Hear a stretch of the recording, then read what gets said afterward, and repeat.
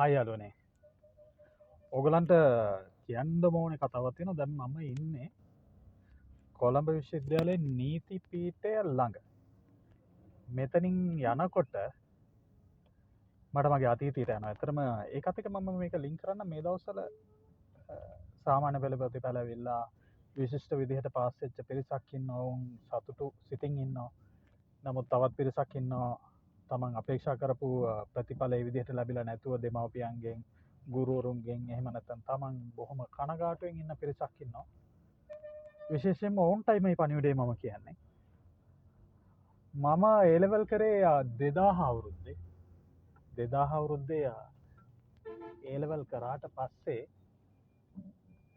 මමත් අපේක්ෂාවෙන් හිටියා නීති පීඨයට යන්න අවස්ථාවක් ලැබෙයි කියලා. නමුත් ඒ තුනක් අරගත්තත් ඒ වෙලාවේදී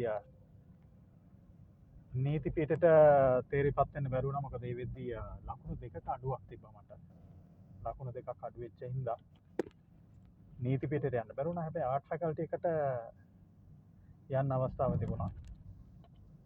හැබැයි මම කරපු දේ තමයි එතනදී ඒ රිසල්ට් එකේ කියන්නේ ඒ තුනක් තිබ්බ රිසල්ට් එකෙන් කැම්පස් යන්නේ නැතුව තව පාරක් try කරනවා කියලා තව පාරක් අවස්ථාවක් ගත්තා. ඊට පස්සේ දෙවෙනි වතාවෙත් ඒ විදිහටම රිසල්ට් එකක් ආවේ. තුනක් ආවා. නමුත් නීති පීඨයට යන්න බැරි වුණා. හැබැයි මගේ හීනයක් තිබ්බා. කවදා හරි දවසක නීතිඥවරයෙක් වෙනවා කියලා. ඒ හීනෙට පණ දී ගන්න මට A level විභාගෙදි බැරි වෙනවා. ඊට පස්සේ මම ශ්‍රී ජයවර්ධනපුර විශ්වවිද්‍යාලයට ඇතුළත් වෙනවා ආර්ට් ෆැකල්ටි එකට. හැබැයි මෙතන යනකොට දැන් මම මේ පහු කරන්නේ කොළඹ විශ්වවිද්‍යාලයේ. ඔය විශේෂයෙන් ඔය 120 පාරේ බස් එකේ නැගලා යනකොට ශ්‍රී ජයවර්ධනපුර විශ්වවිද්‍යාලයට නීති පීඨය කියන බෝඩ් එක හැමදාම දකිනකොට මගේ හිතට පුදුම විදිහේ දුකක් දැනෙනවා. මොකද මට ලකුණු දෙකක් මදි වුණානේ. ඒ නිසා මට ලෝය කෙනෙක් වෙන්න බැරි වුණානේ කියලා වගේ හැඟීමක් තිබුණා. හරිම දුකක් ඒක ඇත්තටම. හැබැයි මගේ හීනේ මැරෙන්න මම ඉඩ දුන්නේ නැහැ. මම ජයවර්ධනපුර විශ්වවිද්‍යාලයට ඇතුළත් වෙලා ශාස්ත්‍ර පීඨ ඉගෙනීම් කටයුතු කරනකොට මම ඊට පස්සේ මගේ හීනෙට යන්න ඕනේ කියන බලාපොරොත්තුවත් ඇතිව තව පාරක් මොනවද තියෙන්නේ? ඒ කියන්නේ නීතිඥවරයෙක් වෙනවා නම් මොන විදිහටද කටයුතු කරන්න ඕනේ කියන එක ගැන හොයලා බැලුවා. ඒ වෙනකොට අපි ගම්වලින් ගියපු අය කොයි විදිහටද කටයුතු කරන්න ඕනේ, කොයි විදිහටද වැඩ කරන්න ඕනේ ගැන හරි ගයිඩ්ලයින් එකක් එහෙම නැත්නම් උපදේශයක් දී ගන්න පුළුවන් කෙනෙක් හම්බ වුණේ නැහැ. නමුත් ඒකත් එක්ක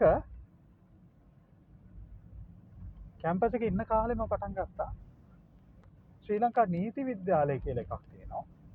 අන්න එතන විභාගයක් තියෙනවා වෙනම. ඒ විභාගේ පාස් වුණොත් එහෙම නීති විද්‍යාලයට ඇතුළත් වෙලා එතනින් නීතිඥවරයෙක් වෙන්න පුළුවන් කියන මාර්ගය. ඊට පස්සේ ඒක බොහොම තරඟකාරී විභාගයක්. ඒ විභාගයට මොහොන දීලා ඊට පස්සේ මම නීති විද්‍යාලයට ගියා. මගේ හීනයක් තියෙනවා නම් ඒ හීනෙට යන්න ඕනේ පාරවල් තියෙන එකක් නෙමෙයි දරුවනේ. ඒකයි මට කියන්න ඕන එකම තිබුණේ. ඊට පස්සේ මම ශ්‍රේෂ්ඨ අධිකරණ නීතිඥවරයෙක් විදිහට දිවුරන් දීලා ඊට පස්සේ නීතිඥ වෘත්තියේ යෙදෙන නීතිඥවරයෙක් දැනට. හැබැයි මගේ පාර එහෙම නැත්නම් මගේ තිබ්බ හීනය එක පාරක් මම ෆේල් වුණා කියලා අතහැරලා දැම්ම නම් එහෙම මේ මෛත්‍රී ඒකනායක කියන කෙනා දැනට නීතිඥවරයෙක් නෙමෙයි එහෙමනම්. තාමත් අර නීති පීඨය කියන බෝඩ් එක දැකලා කනගාටු වෙන අනේ මෙතෙන් මට යන්න බැරි වුණානේ කියලා කනගාටු වෙන කෙනෙක් බවට පත් වෙන්න ඉඩ තිබුණා. හැබැයි මගේ හීනය වෙනුවෙන් දැවෙන ආශාවකින් මම මේ වෙලාවේදී කටයුතු කරා. ඒකට කියනවා බර්නින් ඩිසයර් කියලා. දැවෙන ආශාවකින් කටයුතු කරපු නිසා මට පුළුවන් වුණා මගේ හීනෙට ආයෙම පාරක් පණ දෙන්න. ඒ වෙනුවෙන් මම කැප වුණා. දිවාරය නොබලා කැප වෙලා මහන්සි වෙලා වැඩ කරලා අදාළ හීනේ ළඟා කරගත්තට පස්සේ දැනෙන මානසික සතුට කියන එක ඒක කියලා නිම කරන්න බැරි දෙයක්. ඒ නිසා මේ වෙලාවේ තාමත් ඔය කනගාටුවෙන් වගේ ඉන්නවා නම් කවුරු හරි කෙනෙක් සාමාන්‍ය පෙළ විභාගේ තමන් බලාපොරොත්තු වෙච්ච ප්‍රතිඵල ඇවිල්ලා නැහැ, සමහර වෙලාවට විභාගේ ෆේල් වෙලා, එහෙම කෙනෙකුටයි මම කියන්නේ, එහෙම අයටයි මම කතා කරන්නේ. ඔබ ඔබේ හීනේ වෙනුවෙන් දැවෙන ආශාවක් ඇති කරගන්න. එකපාරක් ෆේල් වුණා කියන්නේ ජීවිතේම ෆේල් වුණා කියන එක නෙමෙයි. ඔබේ අරමුණට යන්න එකපාරක් නෙමෙයි.